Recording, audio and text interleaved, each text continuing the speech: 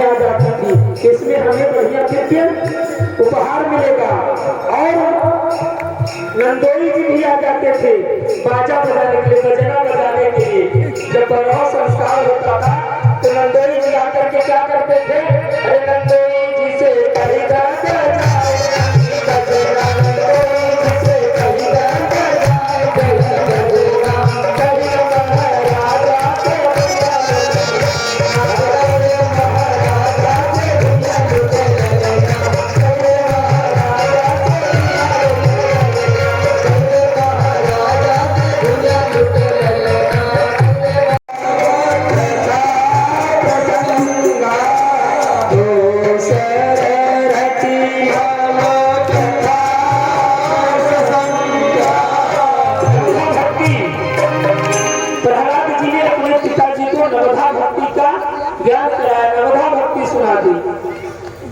पिताजी को तो दिमाग में खराब हो गई।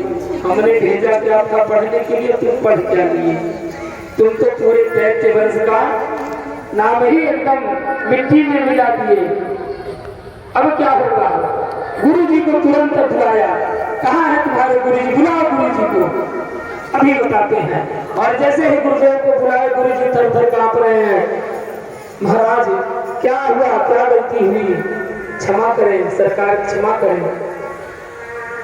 हिरण्यकशिपु ने कहा, तुम्हारे विद्यालय में यही पढ़ाई होती है? मेरा यह बेटा दैत्य वंश का है, दैत्य वंश की परंपरा से इसको शिक्षा देनी चाहिए, ये क्या पढ़ा रहे हो? गुरुदेव ने कहा, प्रभु यह विद्यालय तो आपकी ही कृपा से चलता है। आप कहते हैं ग माने गणेश हटा करके ग माने गधा पढ़ाओ, तो मैं ग माने गधा पढ़ाता हूँ।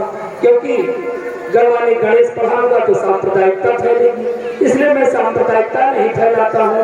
मैं तो आपके कहने के अनुसार ग माने गधा ही पढ़ाता हूँ। लेकिन आपका यह बेटा जो है पढ़ता नहीं, तो मैं करूँ क्या? ये तो पढ़ता ही नहीं, पता नहीं है कहाँ से सीख करके आया है, क्या पढ़ करके आया है। आज दैत्य परंपरा की शिक्षा ये ग्रहण नहीं कर रहा है। गुरु जी ने कहा, ठीक से इसको पढ़ाओ, नहीं तो अभी मृत्यु दंड दे दूंगा, तुम्हारे विद्यालय बंद करवा दूंगा। ठीक है सरकार, आपकी आज्ञा है, तो आप जैसे कहेंगे वैसे ही इसको मैं शिक्षा अध्ययन कराऊंगा। आज श्रवणम कीर्तनम विष्णु स्मरणम पाद सेवनम अर्चनम वंदनम रहस्यम सख्यमार्पणेदनम। श्रवणम कीर्तनम विष्णु स्मरणम पाद सेवनम, भगवान की नवधा भक्ति, भगवान की नवधा भक्ति को सुनाया। और इसके बाद क्या कहते हैं कि तुरंत प्रहलाद जी को घर में बुलाया गया। कुछ समय बेटा बेटा काफी दिन हो गया गुरुकुल में, अब आ जाओ घर पे। और घर में जब गया तो घर में भी पिताजी ने यही पूछा बेटे ने, बेटे तुमने क्या पढ़ा? अब बेटा तो कहता है, पिताश्री मैं तो वही पढ़ता हूँ जो हमको हमारे गुरुजी सिखाए हैं। अब प्रहलाद के गुरुजी तो कुछ और ही सिखाए हैं। प्रहलाद के गुरु तो देवर्षि नारद हैं।